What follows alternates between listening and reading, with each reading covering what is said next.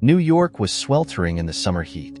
The majestic Daily Bugle building reflected the merciless sunlight, while inside, a story was unfolding that would forever change perceptions of true journalism and the power of human spirit.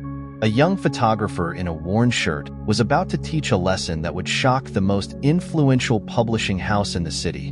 Before we continue this story, let us know where you're watching from and subscribe to the channel, because tomorrow at this same time, we have another amazing story for you. James Morrison, the new editor-in-chief of the Daily Bugle, stood at his office's panoramic window, viewing the city below as his own kingdom. His reflection in the glass radiated power. A perfectly tailored $5,000 suit, a watch worth as much as a used car, and the gaze of a man accustomed to getting everything he wants. 3 weeks ago, Morrison took over as editor-in-chief, replacing J. Jonah Jameson. Old methods don't work anymore, he declared to the board of directors. We need sensations, scandals, exposés. Modern readers want blood. Peter Parker stood in the Daily Bugle elevator, examining his reflection. The old shirt, bought on sale, looked particularly wrinkled after the morning's chase after robbers. His backpack contained a camera with unique Spider-Man photos, but Morrison had rejected all his pictures over the past month as not dramatic enough. Parker, Betty Brant's shout, the editorial secretary, met him on the 42nd floor. Morrison's asked about you twice already. He's furious. Come in, Parker. Morrison didn't even look up from his MacBook screen. I hope you have something actually worth showing this time. Peter pulled out a flash drive. Sir, I photographed an attempted bank robbery.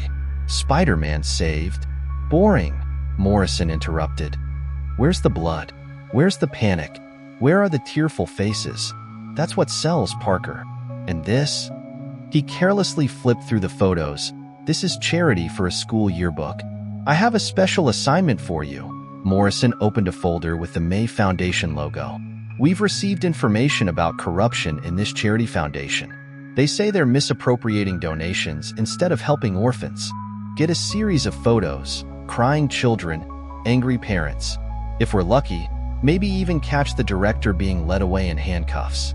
Aunt May would never. Peter started, but caught himself, realizing his mistake. Oh, so you know the foundation's management? Morrison leaned forward. Perfect. Use your connections. Get inside. Take compromising photos. This isn't right. Peter shook his head. Where's the evidence of corruption? Evidence? Morrison laughed.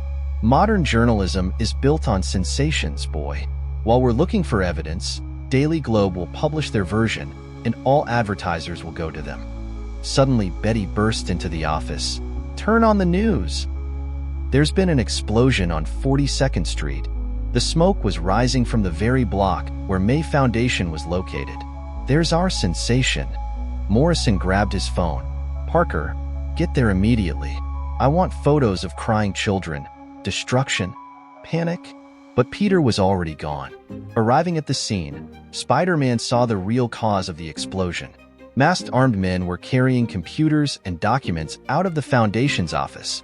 The explosion was a diversion for data theft. FBI is on their way, the leader shouted. By the time they arrive, there'll only be evidence against May Foundation. Spider-Man dodged a shot while simultaneously snatching a hard drive from the criminal's hands. Framing innocent people? Not in my city. His spider sense warned of danger from behind.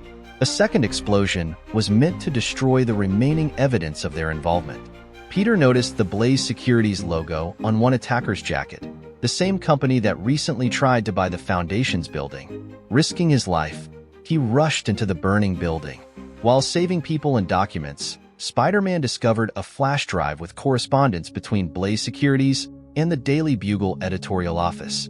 Returning to the newsroom with a bag full of evidence, Peter, with soot on his shirt and cracked glasses but a determined look, entered Morrison's office.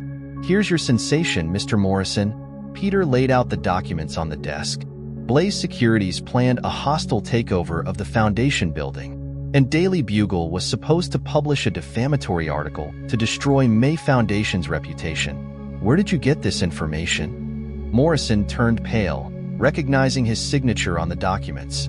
I was there. Not just as a photographer, Peter removed his glasses. But as Spider-Man, real journalism, Mr. Morrison, isn't about chasing sensations. Peter's voice rang through the quiet office. It's about responsibility to people. The same responsibility with which Spider-Man protects the city. Betty was the first to start applauding. The entire office rose after her. With great power comes great responsibility.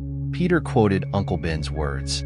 This applies not only to superpowers, but also to the power over information. The next day, Daily Bugle came out with the headline, Spider-Man uncovers conspiracy against Children's Foundation. Morrison resigned.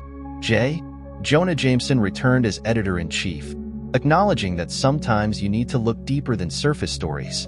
In life, people often underestimate those who don't wear expensive suits. But real heroes don't always look impressive. Sometimes they hide behind simple glasses and an old camera, protecting truth not only on city streets, but also on newspaper pages. If this story touched your heart, like and share it with friends. Hit the bell to not miss new stories about heroes among us. Tomorrow at this same time, an exciting news story awaits you. Remember, sometimes the most important lessons come from those we underestimate.